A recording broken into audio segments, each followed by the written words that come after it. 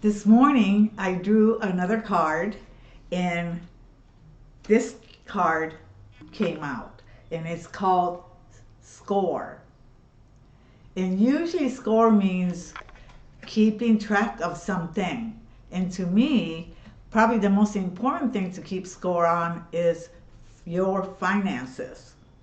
And talking about finances is probably, it's really one of my favorite topics to talk about, and it's one of my least favorite topics to think about. Since I am a mentor for SCORE program for the SBA, I have many clients that come to me, and I counsel them about how to start a business. And this is the section that when I get into is about money. That's when people kind of start to back off and they don't really want to face it. So let me tell you about a time that in the SBA program they were having a panel discussion at a women's event, and it was called the $1,000,000 Woman. And when I got an invitation to speak on that panel, I really didn't want to do it because I said I really don't like to be speaking on a panel when we're talking about how much money one makes. And they said, no, don't take the title for what you think it is. I'll guarantee it will be a really good panel. So when I went on the panel, I was on there with 4 other women, and everybody got a chance to speak, and each one of them was asked about what their income or the gross profit was for the last year. And all the women went on to talk about that. And they said, oh, I hit $1,000,000 year, and another one said, oh, I hit a 750,000. And people were talking about how they make this money, and then how is it that they did it. And when it came to my turn, I really wanted to kind of change the topic into another direction. So I told them that you can make as much money as you want. Your business could bring in as much money as you want, but your business will eat it up as fast as you put the money in there as well. And I really concentrated my topic on telling the audience about the importance of your exit strategy. And I think that when you're younger, you keep thinking that, yeah, there's more money to come, there's more money to come. I need to spend it on this, and I need to spend it on that. But really, there are only 3 basic ways that you could have an exit strategy or you could be happy with. And the way that you accumulate money is, first, you have to work and save your money or invest that money. Second is, well, maybe you have somebody that left you a lot of money, your inheritance. There are a lot of people like that, and that's great. That's free money. And then the third one is your property or your real estate. And have you invested in real estate early on, and then that will mature, and hopefully you'll create a extra income when you sell that property.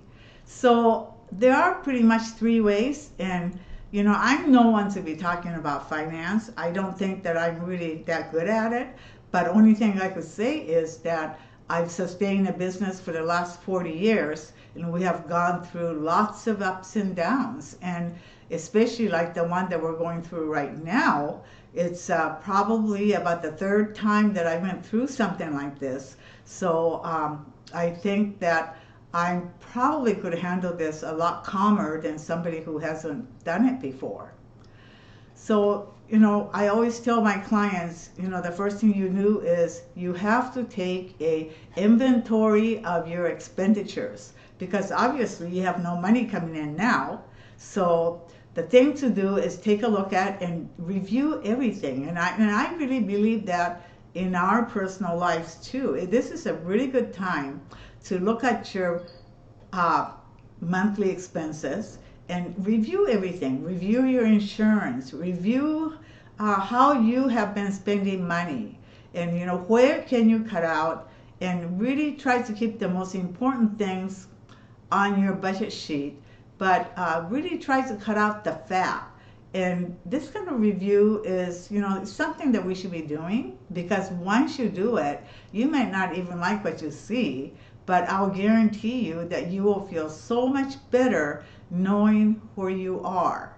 So I think that the review process, periodically is very, very important. And another thing too is that when I usually put my clients on a budget, and they'll go, oh my gosh, I really won't have much money to spend. But I say, let's just go with it and see if you could do it. And it's amazing once people get on a good budget and you adhere to it, all of a sudden you feel like you're a lot richer. You have more money. You have more abundance of money that you could spend on other, if you wanted to. But the budget is very important because it really does help you. And I think that you will see that, just as I helped all the other people, they have really seen a remarkable difference in how they could have more money because they budgeted. And before, they were just kind of living from month to month, and they just weren't getting anywhere. So that's something that I think is just a really important thing, and it's not that difficult. And I think that we should really, really take a look at our budget seriously at this time, and see what will be, once the epidemic is over, then, where will we be? And I know that, many of, you may have lost your jobs, you may not have income, some of you are retired, and maybe you don't have that much to worry about, except for the stock market's going down. But for me, I just know that I have to look at things very differently for the coming months, and really try to figure out where my priorities are. And one of the things that I really prioritize is learning. So I'm definitely not going to cut my budget that much down from my area of learning or taking classes. So some of you probably have your priorities, and take a look. And then I made a list of the things to review, and this is the list that I use for my clients. So I hope that you'll take a look at the list and kind of personalize it to yourself.